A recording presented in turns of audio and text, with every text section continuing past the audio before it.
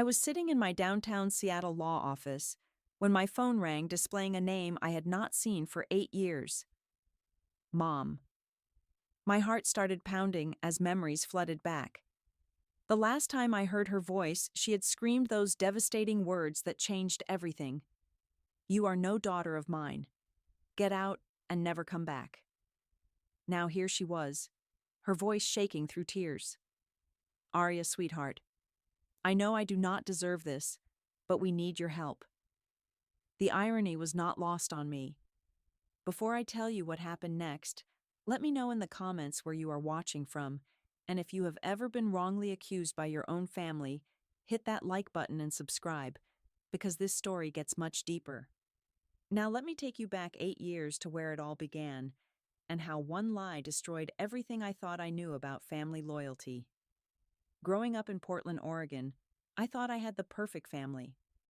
Our two-story house with the white picket fence and blooming garden seemed like something straight out of a magazine. My father Robert worked as an engineer for a local firm, while my mother Patricia taught third grade at the elementary school just down the street.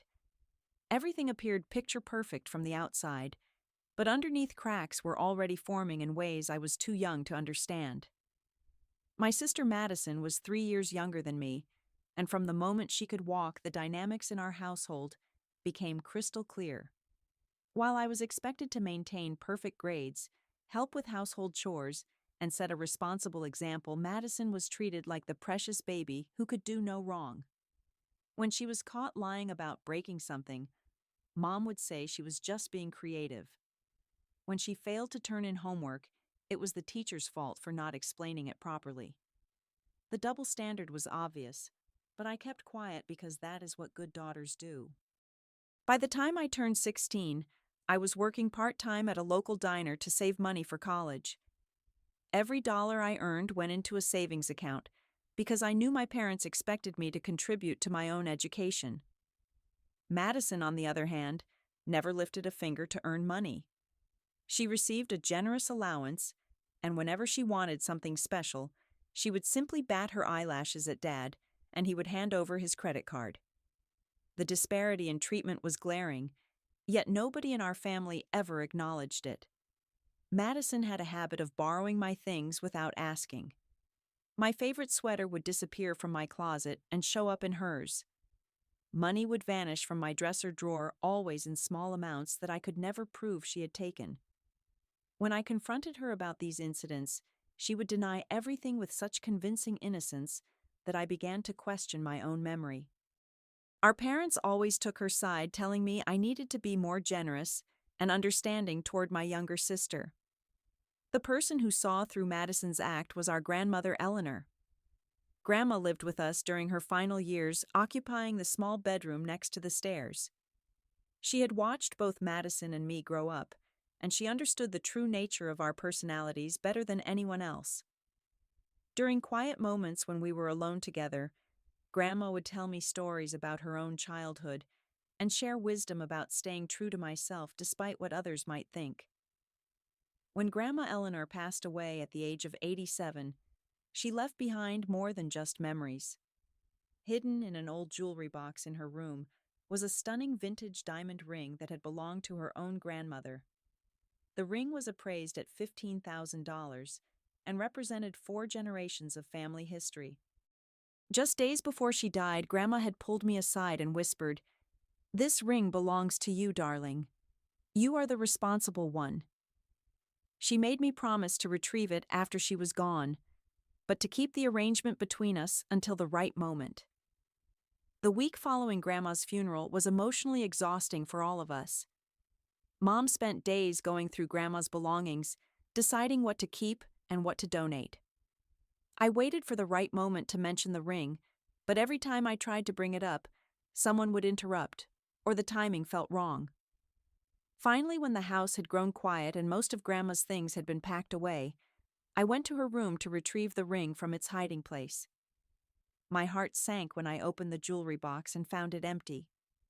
I searched through every drawer, every container, and every possible hiding spot, but the ring was nowhere to be found. When I asked Mom about it, she looked confused and promised to help me search more thoroughly. We spent 2 hours that evening turning Grandma's room upside down, but the ring had simply vanished without a trace. The atmosphere in our house grew tense as everyone wondered what could have happened to such a valuable family heirloom.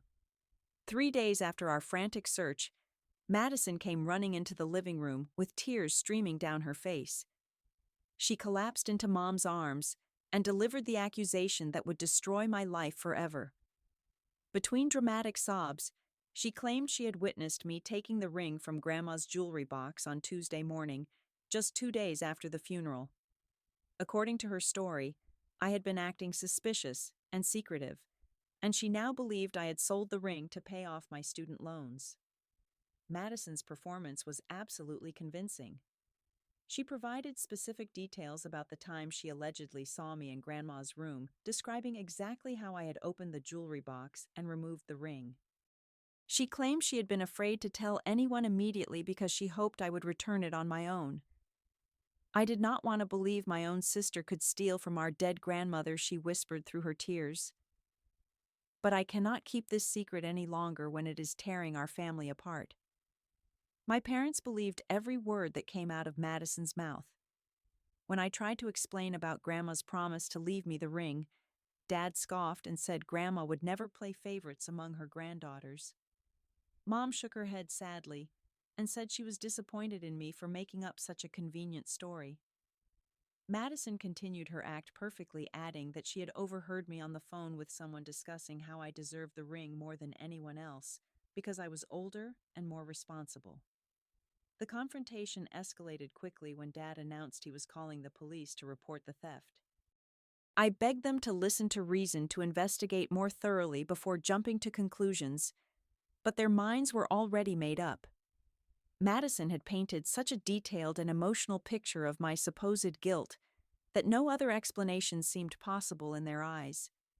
She even managed to appear frightened of me, flinching dramatically when I raised my voice to defend myself.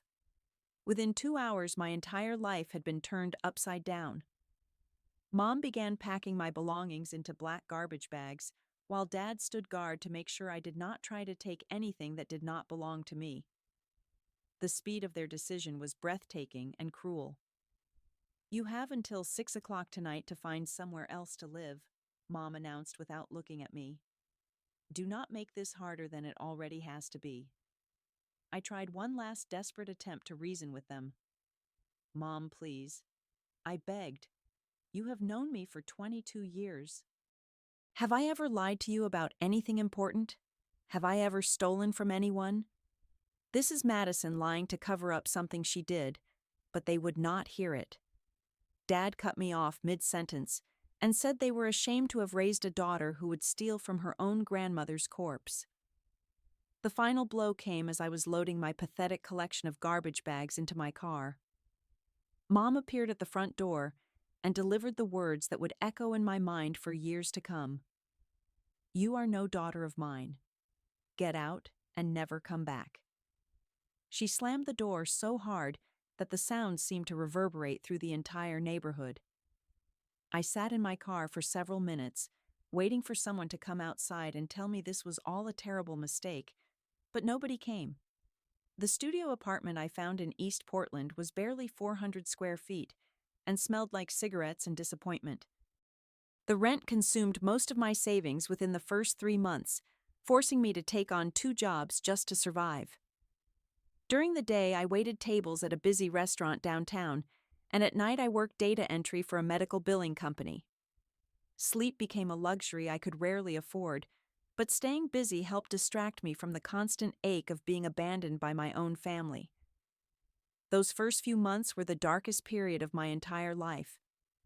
I would lie awake at 3 in the morning staring at the water-stained ceiling and wondering how everything had gone so wrong so quickly. The worst part was not just losing my family, but knowing they believed I was capable of such a horrible betrayal. I had spent my entire life being the responsible daughter, the one who followed rules and made good choices, yet none of that mattered when Madison pointed her finger at me. I changed my phone number and deleted all my social media accounts to avoid any contact with my former life. Not that anyone from my family attempted to reach out anyway.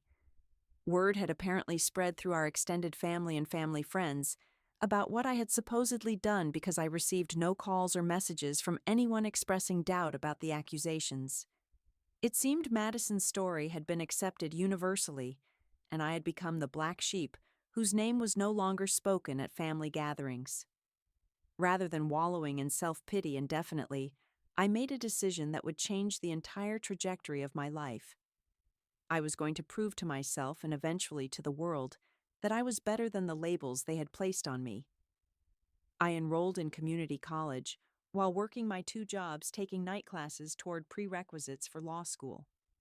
The workload was brutal, but every exhausting hour felt like an act of rebellion against the people who had written me off. 3 years later, I received a full scholarship to the University of Washington School of Law. Moving to Seattle felt like stepping into a completely new identity, one where my past could remain buried and my future was entirely in my own hands. Law school was challenging in ways I had never imagined, but I threw myself into my studies with the desperate determination of someone who had everything to prove and nothing left to lose. My classmates were mostly from privileged backgrounds, with parents who were lawyers or judges or politicians. They spoke casually about summer internships their families had arranged and job opportunities that would be waiting for them after graduation. I ate ramen noodles for dinner and worked unpaid internships at small firms, but I graduated magna cum laude, while many of my well-connected peers barely scraped by with passing grades. 8 years after being thrown out of my childhood home, I was sitting in my corner office at one of Seattle's most prestigious law firms. I had made associate partner 2 years ahead of schedule. My annual salary was well into 6 figures, and my downtown condo offered a breathtaking view of Elliott Bay. The scared and desperate girl, who had fled Portland with her belongings in garbage bags, had evolved into a successful, independent woman who answered to no one. On that Tuesday morning in October, I was reviewing contracts for a major corporate merger when my phone rang. The display showed a number I had not seen in 8 years, but had never deleted from my contacts. Mom. My hand froze over the phone as 8 years of suppressed emotions crashed over me like a tidal wave. Part of me wanted to let it go to voicemail, but curiosity won over self-preservation. I answered on the 4th ring. The voice that greeted me was barely recognizable. Mom sounded older, more fragile, and utterly desperate. "Arya, sweetheart, I know I do not deserve this, but we need your help." Her words came out in a rush, as if she was afraid I would hang up before she could finish. "Madison is in the hospital. She has acute leukemia, and the treatment costs are overwhelming our insurance. We have mortgaged the house twice, and your father lost his job last year during the company downsizing." I listened in stunned silence as my mother, who had disowned me so completely 8 years earlier, begged for my financial assistance. The irony was almost too much to process. The daughter they had branded a thief was now their only hope for saving the daughter they had protected and believed without question. But there was something else in Mom's voice, something beyond desperation that I could not quite identify. After several minutes of listening to Mom's tearful pleas, she finally revealed the information that changed everything. "There is something else you need to know," she said, her voice dropping to barely above a whisper. "We found the ring, Arya. We found Grandma's ring hidden in Madison's old room." The revelation hit me like a physical blow to the stomach. For 8 years I had carried the weight of their accusations, the shame of being disowned, and the grief of losing my family over something I had never done. Mom continued with the devastating details. When they had decided to sell the house to pay for Madison's medical bills, they were cleaning out her childhood bedroom and discovered the ring hidden inside an old shoebox at the back of her closet. Confronted with the evidence, Madison had finally confessed the truth about what really happened that week after Grandma's funeral. The real story was uglier than I could have imagined. Madison had been secretly addicted to prescription painkillers throughout her college years, a fact she had successfully hidden from our parents through lies and manipulation. When she ran out of money to buy pills from her dealer, she remembered Grandma mentioning the valuable ring and decided to search for it. She found it exactly where Grandma had told me it would be sold it to a pawn shop for cash, and used the money to feed her addiction. When the family began searching for the missing ring, Madison panicked. She had purchased a fake replacement from a costume jewelry store, hoping to eventually switch it back before anyone noticed the difference. But when the family's search became more intense and focused, she realized she needed a scapegoat to deflect attention from herself. I was the perfect target because I had been alone with Grandma so often during her final weeks. Madison had constructed her elaborate lie while high on pills, incorporating just enough real details to make her story believable. She knew I had spent time in Grandma's room, she knew about my student loans, and she knew our parents' tendency to believe her over me. What she had not anticipated was how completely and permanently they would cut me out of their lives based on her accusations. The confession came only when Madison thought she might die from her illness and wanted to clear her conscience. Yesterday, when the doctors told us her condition was critical, she broke down and told us everything Mom explained through tears. She has been carrying this guilt for 8 years, knowing she destroyed your relationship with us over her own mistakes. She wants to tell you herself how sorry she is. Mom handed the phone to Madison, whose voice was weak and raspy from her treatments. Aria, I am so sorry. I was scared and stupid and desperate. I sold Grandma's ring to buy drugs, and when everyone started looking for it, I panicked and blamed you. I thought you would forgive me eventually, or that somehow I could fix things later, but then it all went too far, and I did not know how to take it back. Listening to Madison's confession was surreal after so many years of believing I would never receive vindication for what she had done to me. She admitted that she had practiced her story before accusing me, making sure she could deliver it convincingly with tears and emotion. She had watched me pack my belongings and leave home knowing she was destroying an innocent person's life to cover up her own criminal behavior. As I sat in my office listening to these revelations, I experienced a complex mixture of emotions. Relief that the truth had finally come to light, anger at the 8 years of exile I had endured unnecessarily, sadness for the relationships that had been destroyed by lies and addiction, and strangely, a sense of pity for Madison, who had been living with the knowledge of what she had done while watching our family fall apart financially and emotionally. The question now was what I would do with this information and whether I could find it in my heart to help the people who had abandoned me so completely when I needed them most. Mom was begging me to consider paying for Madison's treatment, not because I owed them anything, but because I was the only person in a position to save Madison's life. The choice was entirely mine, and for the first time in 8 years, I held all the power in our family dynamic. I spent the rest of that day staring out my office window at Elliott Bay, watching ferries carry passengers back and forth across the dark water. The decision I needed to make was not really about money, although the medical bills would likely cost hundreds of thousands of dollars. This was about justice, forgiveness, and what kind of person I wanted to be despite everything that had been done to me. That evening, I called Mom back with my answer. I will pay for Madison's treatment, I told her, but I have conditions that are not negotiable.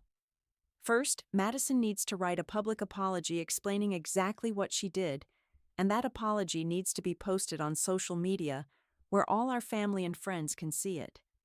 Second, both you and Dad need to acknowledge publicly that you were wrong about me and that you should have investigated more thoroughly before cutting me out of your lives. Mom agreed to my conditions immediately, so desperate to save Madison that she would have agreed to anything I asked.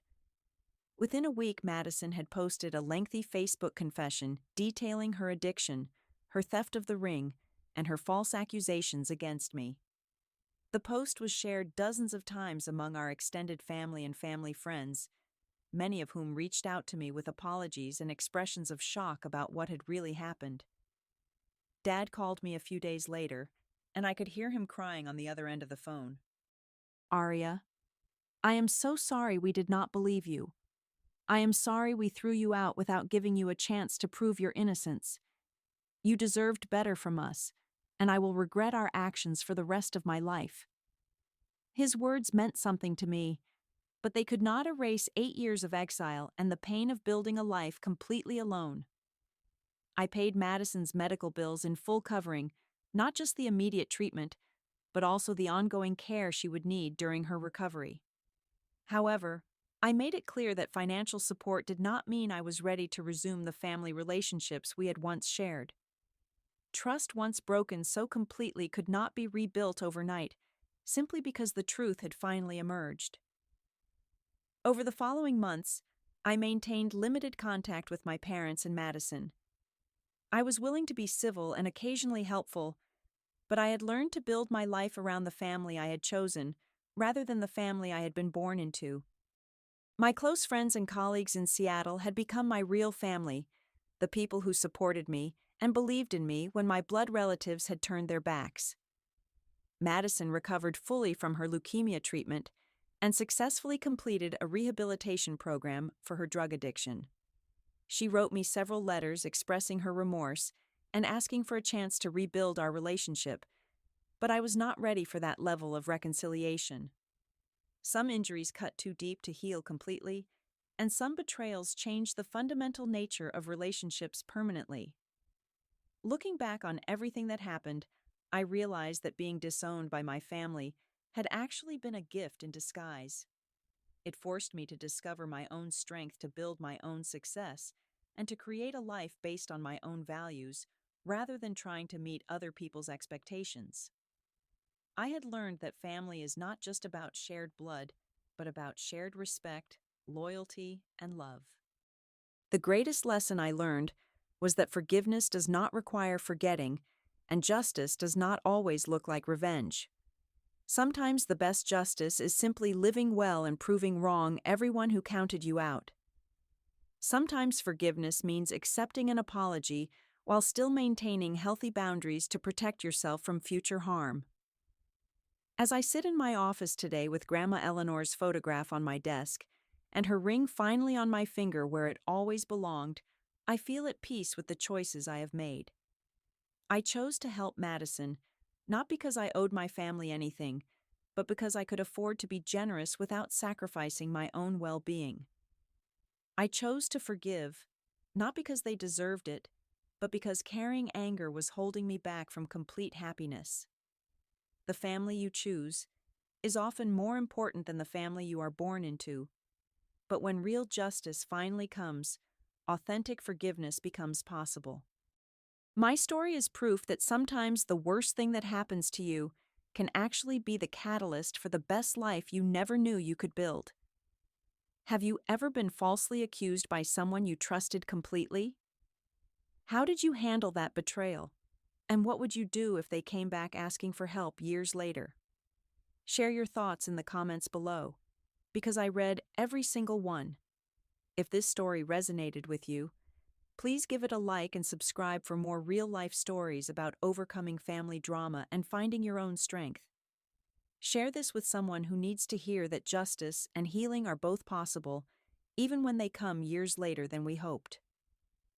Thank you for listening to my story, and remember that your truth will eventually come to light if you stay strong and keep building the life you deserve.